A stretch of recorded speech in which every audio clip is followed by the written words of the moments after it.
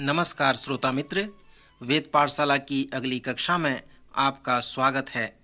श्रोता, संसार के सबसे महत्वपूर्ण पुस्तक अर्थात पवित्र शास्त्र के अध्ययन में एक विश्वास योग्य विद्यार्थी होने के लिए मैं आपका धन्यवाद करता हूं। अब हमारे सर्वेक्षण ने हमें नए नियम में पौलुस की पत्रियों तक ले आया है। इस कक्षा में हम पौलुस द्वारा लिखी दूसरे कुरिन्थियों के अंतिम सर्वेक्षण में आ रहे हैं। इस अध्ययन में हमें पौलुस ने स्वर्गीय अनुभव के विषय में बताया है। पौलुस के पास दमिश्क के मार्ग पर उसका अनुभव है, अरब के जंगल में पौलुस का अनुभव है, और उसके पास जो तीसरा अनुभव है वो स्वर्गीय अनुभव है। उसने अपने स्वर्गीय अनुभव को इस प्रकार वर्णन किया है। वह अपने विषय में लिखता है, मैं मसीह में एक ऐसे मनुष्य को जानता हूँ, 14 वर्ष हुए कि न जाने दे रहित न जाने दे सहित परमेश्वर जानता है। ऐसा मनुष्य तीसरे स्वर्ग पर उठा लिया गया और ऐसी बातें सुनी जो कहने की नहीं और जिनका मुंह पर लाना मनुष्य को उचित नहीं।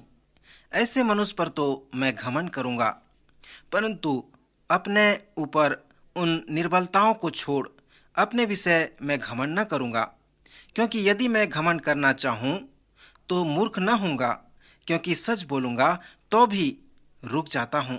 ऐसा न हो कि जैसा कोई मुझे देखता है या मुझसे सुनता है वह मुझे उससे बढ़कर समझे, और इसलिए कि मैं प्रकाशों की बहुतायत से फूल न जाऊं, मेरे शरीर में एक कांटा चुभाया गया, अर्थात शैतान का एक दूत, कि मुझे घूंसे मारे ताकि मैं फूल न जाऊं।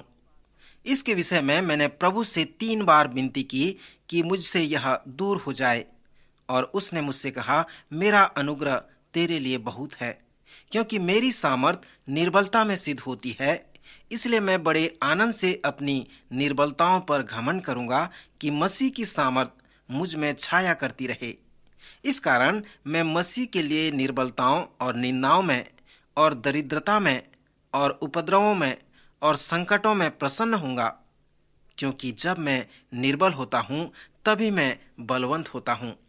श्रोता मित्र, यह वृतांत पौलुस ने दूसरे कुरिन्थियों के 12वें अध्याय में अपने विषय में बताया है। जैसे हमने इस पत्रियों का अध्ययन किया तो मैंने अनेक बार बताया कि पौलुस का जीवन व सेवा जो प्रेरितों के कार्य में पाए जाते हैं उसे आप पूर्ण रूप से वर्णन कर सकते हैं, केवल अनुभव कर सकते हैं। दमिश्क के मार्ग में पौलुस का महान अनुभव था। वह राजाओं के समक्ष था, शासकों के समक्ष था, धार्मिक अगुओं के समक्ष था, मोब में जो उसे मार डालना चाहते थे, सबों के समक्ष उसने अनुभवों को बताया। उसने कहा, जब मैं सीरिया के मार्ग में था और मसीहों को घात करने जा रहा था तो मेरी भेंट प्रभु यीशु मसीह के साथ दमिश्क के मार्ग में हो गई। जब मेरी भेंट यीशु से हुई तो उसने मेरे साथ संपूर्ण मेरे जीवन को उसने बदल दिया। और जब तक आप मन परिवर्तन के अनुभव को नहीं समझोगे तब तक आप मेरे जीवन को नहीं समझ सकते। जब हम गलतियों की पत्री में आएंगे तो उसके पहले अध्याय में ही पौलुस के पास एक और अनुभव है। इसे हम अरब जंगल का अनुभव कह सकते हैं। पौलुस ने बताया है कि उसके जीवन परिवर्तन के अनुभव के बाद वह अरब के जंगल में गया और वहां पर यीशु मसीह ने उससे भेंट की और उसे आदेश देते हैं कि वह एक प्रेरित बने। पौलुस बताता है कि दमिश्क के मार्ग के बाद यह 14 वर्ष का अनुभव था। फिर वह यरूशलेम में जाता है और पतरस, याकूब और यीशु के भाइयों से मिलता है। यीशु मृतकों में से जी उठने के बाद उसने पतरस व अपने भाई याकूब पर विशेष रूप से प्रकट हुआ।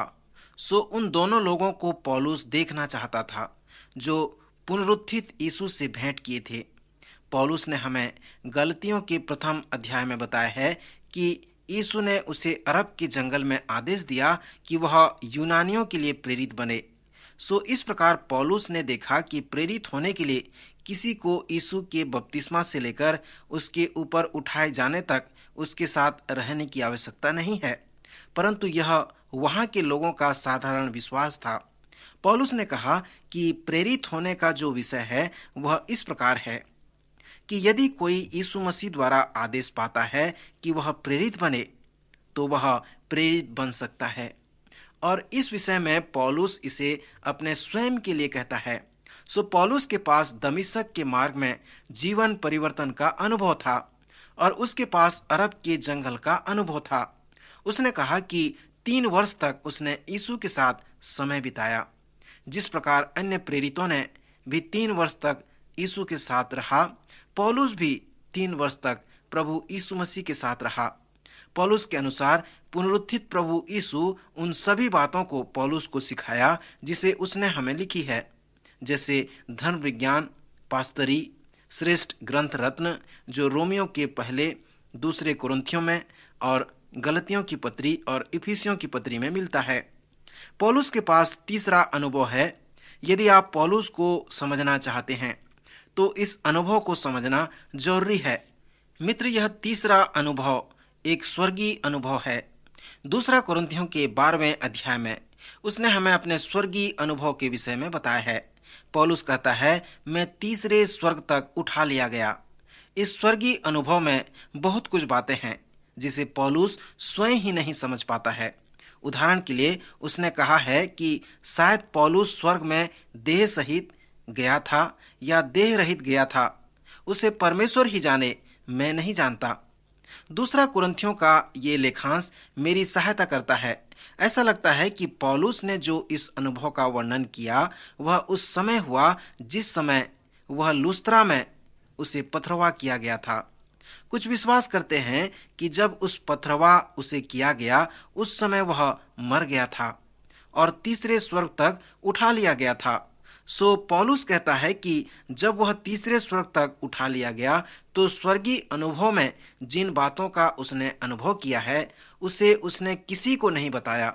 उसने कहा है कि स्वर्ग लोक पर मैंने जो बातें सुनी वो कहने को नहीं और जिनका मुंह पर लाना मनुष्य को उचित नहीं, क्योंकि मुझे ऐसे कुछ बातों को बताने के लिए अनुमति नहीं मिला है। दमिश्क के मार्ग के अनुभव के पहले पौलुस बहुत विद्रोही था। वह मसीह का एक बड़ा विरोधी था। वह दमिश्क मार्ग के अनुभव को प्राप्त करने के बाद उसके जीवन में जो परिणाम हुआ कि वह महान प्रचारक बन गया, महान शिक्षक बन गया, महान पास्टर बन गया और मसीही इतिहास में एक महान लेखक भी बन गया।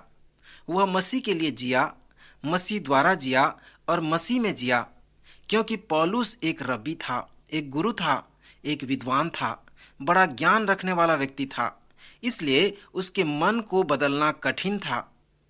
उसे अरब के जंगल में 3 वर्ष तक ये समय लग गए और वहां से एक बड़ा अनुभव को प्राप्त करने के बाद वह वहां से बाहर होकर आता है। इसलिए उसका सभी पत्री प्रेरणादायक पत्री हैं और गुण बातों से और सच्चाइयों से सभी पत्रियां भरे हुए हैं। क्योंकि पौलुस तीसरे स्वर्ग तक उठा लिया गया था, वहां के अनुभव को जान गया था, सो उसकी हार्दिक इच्छा थी कि वह संसार को छोड़कर स्वर्ग में जाए और मसीह के साथ वहां पर रहे। फिलिपियों की पत्री के 1 अध्याय में उसने हमसे कहा है कि मेरे लिए मरना लाभ है, इस संसार को छोड़कर स्वर्ग में जाना अच्छी बात है। परंतु उसने फिलिपियों से कहा है कि क्योंकि तुम्हें मेरी आवश्यकता है, इसलिए मैं स्वेच्छा से इस पृथ्वी पर जीवित रहना चाहता हूँ। जब उसने इफिसियों की पत्री को लिखा तो उसके लिखने का विषय था स्वर्गीय स्थानों में। उसने इफिसियों और हमें कहा है, हमारे प्रभु यीशु मसीह के परमेश्वर और पिता का धन्यवाद हो कि उसने हमें मसीह में स्वर्गीय स्थानों में सब प्रकार की आशीषें दी है। उसके कहने का तात्पर्य यह है कि स्वर्ग वो स्थान नहीं कि आप मरने के बाद वहां जाएं और वहां पर रहें, परंतु स्वर्ग वो राज्य है, वो आयम है जहां पर आप इसी समय रह सकते हैं। उसने इफिसियों से और हमें प्रोत्साहित किया है कि तुम स्वर्गीय स्थानों में जीवन बिताओ। यूहन्ना के 3 अध्याय में जब यीशु और निकोदेमुस की वार्तालाप होती है तो यीशु ने हमें एक सूत्र दिया है। यीशु ने निकोदेमुस से नए जन्म के विषय में बताया और निकोदेमुस 2 बार पूछा कि यह बातें क्यों कर हो सकती है। यह सुनकर यीशु ने उससे कहा, तू इसराइलियों का गुरु होकर भी क्या इन बातों को नहीं समझता? जब मैं तुमसे इस पृथ्वी की बातें कहूं और तुम प्रतीति नहीं करते, तो यदि मैं तुमसे स्वर्ग की बातें कहूं तो फिर क्यों कर प्रतीति करोगे? और कोई स्वर्ग पर नहीं चढ़ा, केवल वही जो स्वर्ग से उतरा, अर्थात मनुष्य का पुत्र जो स्वर्ग में है। सो यीशु ने निकोदेमुस से मुंह को देखा और कहा, मैं इस वक्त स्वर्ग में हूं। परंतु निकोदेमुस ने नहीं कहा कि कैसे। उसने यीशु को नहीं समझा। सो पौलुस यहाँ पर कह रहा है, जो इस पृथ्वी में अभी जीवन व्यतीत कर रहे हैं, कि तुम यद्यपि इस पृथ्वी में रहते हो, फिर भी तुम्हारा एक पैर स्वर्ग में हो सकता है। तुम इसी वक्त स्वर्गीय स्थानों का अनुभव कर सकते हो। कुरिन्थियों के इस पत्री, जो दूसरी पत्री है, पौलुस जिस विषय के बारे में अधिक बातें करता है, उसे मैं सेवक का उत्कर्ष या ज्ञानातीत कहता हूँ। एक सेवक वो है जो मेल मिलाप को प्राप्त कर लेता है और उसको पाने के बाद एक विश्वासी है जिसे मेल मिलाप की सेवा सौंपी गई है। सो तुम अन्य लोगों की तरह नहीं हो। उसने ये भी कहा है कि अविश्वासियों के साथ असमान जुए में न जुटो, क्योंकि धार्मिकता और अधर्म का क्या मेलजोल, या ज्योति और अंधकार की क्या संगति। सो इस संसार में ऐसे अनेक बातें हैं जो विश्वासी और अविश्वासी के मध्य में अंतर है। सेवक जो मसीह के चेले हैं, मेल मिलाप को प्राप्त किए हैं, उनका एक पैर स्वर्ग में है। मसीह ने उन्हें बदल दिया है। सो वे स्वर्गीय स्थानों का अनुभव इसी पृथ्वी पर भी कर सकते हैं। फिर इस वृतांत में पौलुस कहता है कि मेरे शरीर में एक कांटा चुभाया गया, अर्थात शैतान का एक दूत, कि मुझे घूंसे मारे ताकि मैं फूल न जाऊं। सो यह मुझ पर आया, पर परमेश्वर की अनुमति से आया, ताकि मैं फूल न जाऊं, घमंड न करने पाऊं। सो मुझे नम्र करने के लिए परमेश्वर ने इस कांटा को मेरे शरीर में चुभाया। पौलुस के पास चंगाई सेवकाई भी थी। वह महान प्रचारक, महान उपदेशक, महान शिक्षक था और एक महान चंगा करने वाला भी था। उसने बीमारों के न केवल चंगा किया, परंतु मृतकों को भी जिलाया था। पौलुस तो स्वयं बीमार था। उसने 3 बार परमेश्वर से अपनी बीमारी के लिए विनती की कि यह मुझसे दूर हो जाए, परंतु परमेश्वर ने कहा, मेरा अनुग्रह तेरे लिए बहुत है, क्योंकि मेरी सामर्थ निर्बलता में सिद्ध होती है। सो मैं यदि तुम्हें स्वस्थ कर दूं तो तू अपनी सामर्थ का उपयोग करेगा, इसलिए मेरा अनुग्रह तेरे लिए बहुत है। श्रोता, परमेश्वर का अनुग्रह आपके लिए भी हो सकता है। क्या आप बीमार हैं? क्या आप दुखी हैं? परमेश्वर का अनुग्रह आपके लिए बहुत है। डॉक्टर डिक वुडवर्ड के अनुभव को बताना चाहता हूँ, जो वेद पाठशाला कार्यक्रम के उस अध्ययन के लेखक हैं, जिसे आज संसार के कई भाषाओं में लोग सुन रहे हैं। उसके पास एक ऐसी बीमारी का अनुभव है जो पौलुस की बीमारी से मिलता जुलता है। डॉक्टर कुबलर रोज ने अपनी एक पुस्तक में बताया है कि हम ऐसे बीमारी के समय में 5 स्तरों में होकर चलते हैं। प्रथम है नकार या अस्वीकृति, फिर है क्रोध, फिर निराशाएं, फिर सौदाकारी या समझौता करना, फिर अंत में हम उस स्थिति में आते हैं जो स्वीकृति या विश्वास करना कहलाता है। शांति हमारे स्वीकृति या विश्वास करने के द्वारा आता है। जब प्रोफेसर डिक वुडवर्ड एक बड़े अस्पताल में गए तो उन्हें कहा गया कि उन्हें एक बीमारी है कि वे दौड़ नहीं सकते, परंतु उन्होंने विश्वास नहीं किया। जब उन्हें इसका अनुभव हुआ तो वे जानने पाए। एक बार उन्हें बाजार से कुछ लाना था, सो वे अकेले चल दिए। अनेक दुकानों को जाने पर भी उन्हें वो सामान नहीं मिला। दुकान से जब वे अपनी कार तक आना चाहे, वे चल नहीं सके। वे गिर पड़े और लोगों ने सोचा कि वह शराबी है और अधिक शराब पीने के कारण चल नहीं पा रहा है। अंत में किसी तरह वे अपनी कार तक आए और वे इतने कमजोर हो गए थे कि कार के ब्रेक व क्लच को पैरों से दबा नहीं सकते थे। उन्हें स्मरण है कि उन्होंने परमेश्वर से प्रतिज्ञा किया कि यदि मैं इस कार से वापस चला जाऊं तो ऐसा फिर कभी नहीं होगा। सो यह उनकी अस्वीकृति थी। उन्होंने उस सच्चाई को अस्वीकार किया था कि उनके पास शारीरिक बीमारी है। अंत में वे दूसरे स्तर में आए जो क्रोध था। वे एक दीवान को कुचल देना चाहते थे। फिर क्रोध के बाद निराशा आई। परमेश्वर के सेवकों के पास निराशाएं आती हैं। भजन संहिता को पढ़ें। भजनकार अनेक बार निराश हुआ था। उसने इसका अनुभव भी किया था। फिर वह सौदाकारी या समझौता की स्थिति में आया, पर अंत में स्वीकृति या विश्वास करना आता है, जिस प्रकार पौलुस के जीवन में आया है। वह जानता था कि कुछ ऐसी बातें हैं, ऐसे कार्य हैं जिसे परमेश्वर चाहता है कि हम करें। 20 वर्षों से परमेश्वर उसे बताना चाहता था कि वह जाने कि वह एक बाइबल अध्ययन चलाएगा, पर अंत में उसने परमेश्वर की बात मान ली। परमेश्वर को ये अधिकार है कि वह हमारे जीवन को देखे और कहे, तुम्हारे सेवा और जीवन के साथ साथ मैं चाहता हूं कि तुम कुछ और कार्य करो। तुम स्वस्थ होकर ये सभी कार्य नहीं कर सकते, सो मैं तुम्हें कमजोर रहने देता हूं। इसी प्रकार परमेश्वर ने डिक वुडवर्ड के साथ में किया, और वह भी पौलुस के अनुभव इसी प्रकार का था। और मैं इस प्रयोग को अपने जीवन में लागू करता हूं, और मुझे यह निश्चय है कि आप भी पवित्र शास्त्र के इन सिद्धांतों को अपने जीवन में लागू कर सकेंगे। इन दिनों में हम पौलुस द्वारा लिखी कुरिन्थियों की दूसरी पत्री का सर्वेक्षण कर रहे हैं। दूसरे कुरिन्थियों के 10वें अध्याय में पौलुस हमसे कहता है जो उसके जीवन से होकर बाहर आता है, अर्थात उसके शरीर में कांटे चुभाए जाने के अनुभव के विषय में। मैं पौलुस के इन शब्दों को आप इस प्रकार सुने। पौलुस वही जो तुम्हारे सामने दीन हूं, परंतु पीठ पीछे तुम्हारी ओर साहस करता हूं। तुमको मसीह की नम्रता और कोमलता के कारण समझाता हूं। मैं यह विनती करता हूं कि तुम्हारे सामने मुझे निर्भय होकर साहस करना न पड़े, जैसा मैं कितनों पर जो हमको शरीर के अनुसार चलने वाले समझते हैं वीरता दिखाने का विचार करता हूं।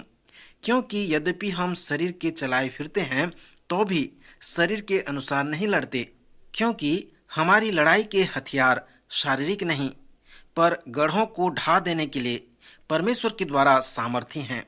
सो हम कल्पनाओं को और हर एक ऊंची बात को जो परमेश्वर की पहचान के विरोध में उठती हैं खंडन करते हैं, और हर एक भावना को कैद करके मसीह का आज्ञाकारी बना देते हैं, और तैयार रहते हैं कि जब तुम्हारा आज्ञा मानना हो जाए तो हर एक प्रकार के आज्ञा न मानने का पलटा लें।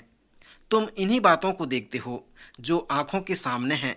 यदि किसी का अपने पर यह भरोसा है कि मैं मसीह का हूं, तो वह यह भी जान ले कि जैसा वह मसीह का है वैसे ही हम भी हैं।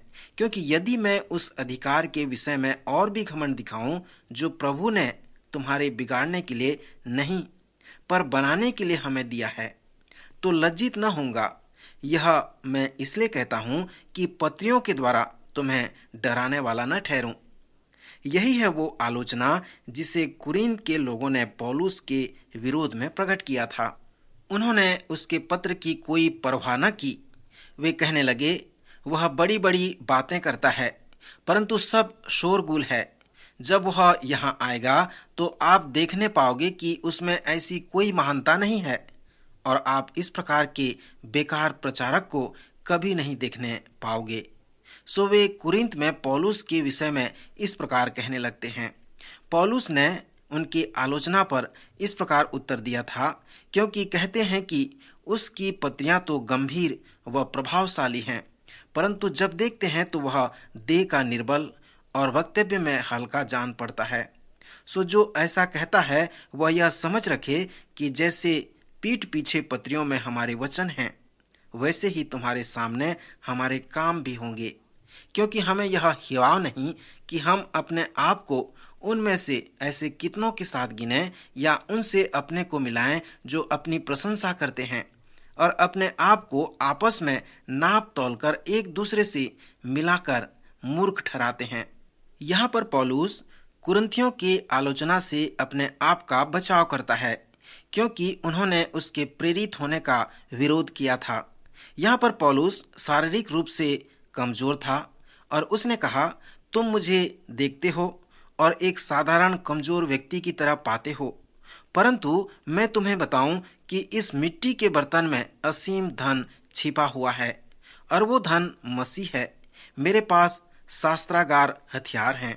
सो इस हथियार के द्वारा मैं सभी दीवार को तोड़ सकता हूँ जिसे दुष्ट की शक्ति ने परमेश्वर के कार्य को रोकने के लिए बनाया है, और हर एक भावना को कैद करके मसीह का आज्ञाकारी बना सकता हूँ।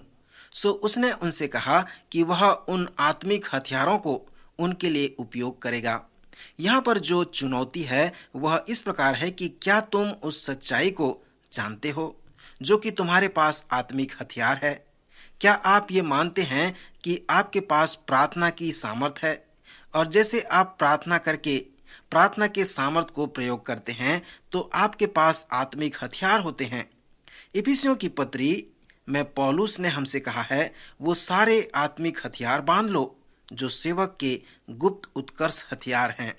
सो इस प्रकार पौलुस हमारे लिए एक सक्रिय सेवकाई की रूपरेखा को प्रस्तुत करता है।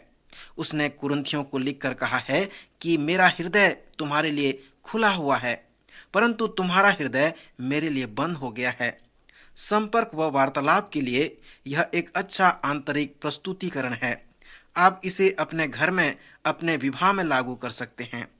जब पौलुस अपने कोमलता के विषय में कुरिन्थियों को लिखता है तो इस प्रकार लिखता है कि मेरा हृदय तुम्हारे लिए खुला हुआ है, मेरा वार्तालाप का पलड़ा तुम्हारे लिए खुला हुआ है, परंतु तुमने अपने हृदय को मेरे लिए बंद कर रखा है। मेरे लिए अपने हृदय को खोल दो। जब पौलुस कुरिन्थियों के लिए अपने हृदय को उंडेल देता है तो उसने वह अपनी सेवकाई के लिए उस पत्री को लिखता है कि वह पत्री मेरे हृदय को तोड़ देता है। मित्र, जैसे आप पौलुस के इस विषय पर उसके लेखे को देखेंगे तो आप उसकी सेवकाई के नम्रता व कोमलता को देखने पाएंगे। पौलुस इस पत्री में मन फिराव के विषय में एक अद्भुत लेख प्रस्तुत करता है। आप स्मरण करें कि पौलुस ने कुरिन्थियों से कहा था कि वे एक मनुष्य को अनुशासन में लाएं जो अनैतिक है। उन्होंने उसका बात माना और वे ऐसे लोगों को चर्च से बाहर कर देते थे। इस पत्री को लिखते हुए पौलुस ने उनसे कहा कि अब उस मनुष्य को चर्च में वापस ले लो, क्योंकि वह अनुशासन में आ गया है। उसको अपनी संगति में वापस लाकर फिर उसके दुख को दूर कर दो। जैसे पौलुस इस विषय पर लिखता है तो वह कुरिन्थ के लोगों से कहता है कि उसमें जो एक प्रकार का दुख है वह उसे पश्चाताप का उसकी ओर अगुवाई करेगा। यह एक ऐसा शोक व क्लेश है जो अच्छा है और यह अनेक लाभ को लेकर आता है। इस पत्री के इस भाग में पौलुस मन फिराव के अनुभव को, उसके रूपरेखा को भी प्रस्तुत करता है जो परमेश्वर की ओर से आता है। दूसरे कुरिन्थियों के 4 व 5वें अध्याय में पौलुस ने जो हमें भीतरी मनुष्य व बाहरी मनुष्य के विषय में लिखा है, उसने बताया है बाहरी मनुष्यत्व एक डेरा के समान है। इस 5वें अध्याय में उसने महान शिक्षा दी है। फिर पहला कुरिन्थियों के 15वें अध्याय में जहां पर उसने मृत्यु के बाद जीवन के विषय में बताया है, उसने कहा है कि विश्वासियों का मरना उस तंबू के समेटने के जैसा है, उसके बाहरी मनुष्यत्व को, ताकि उसका भीतरी मनुष्यत्व मसीह के पास जाए और उसके पास सर्वदा बना रहे। 4 अध्याय में पौलुस ने एक महान पद को हमें दिया है और कहा है कि यद्यपि हमारा बाहरी मनुष्यत्व नाश भी होता जाता है तो भी हमारा भीतरी मनुष्यत्व दिन प्रतिदिन नया होता जाता है, क्योंकि हमारा पल भर का हल्का सा क्लेश और हमारे लिए बहुत ही महत्वपूर्ण और अनंत महिमा उत्पन्न करता जाता है। और हम तो देखी हुई वस्तुओं को नहीं परंतु अनदेखी वस्तुओं को देखते रहते हैं, क्योंकि देखी हुई वस्तुएं थोड़े ही दिन की हैं परंतु अनदेखी वस्तुएं बनी रहती हैं। श्रोता, सार में बताना चाहूंगा कि जब दमिश्क के मार्ग में पौलुस को अपने जीवन परिवर्तन का अनुभव हुआ और उस अरब के जंगल में अनुभव हुआ, फिर स्वर्गीय स्थानों का अनुभव हुआ, तो पौलुस इन अनुभवों को प्राप्त करके अपने आप को बड़ा नहीं समझा। हमें कभी भी ऐसे अनुभवों का अनुकरण नहीं करनी चाहिए जिसे परमेश्वर दूसरे लोगों को देता है। विशेषकर पौलुस के जैसे हमें चाहिए कि हम उन सिद्धांतों पर ध्यान करें जिन्हें दूसरे लोग परमेश्वर से प्राप्त कर अनुभव प्राप्त करते हैं। श्रोता, आज मैं कुछ विचार के साथ आपको छोड़ना चाहूंगा कि क्या आपके पास इस प्रकार का अनुभव है? पौलुस के जैसा जो जंगल का अनुभव, जो दमिश्क के मार्ग का अनुभव, जो स्वर्गीय अनुभव है, इस प्रकार का अनुभव है? यदि है तो परमेश्वर का धन्यवाद करें और प्रभु की सेवा को, जो उसने आपको मेल मिलाप की सेवा के लिए सौंपी है, उसे आप पूरा करें। प्रभु आपकी सहायता करे कि इन वचनों के द्वारा आप अपने जीवन को आगे बढ़ा सको। प्रभु इन वचनों द्वारा आप सबको आशीष दे।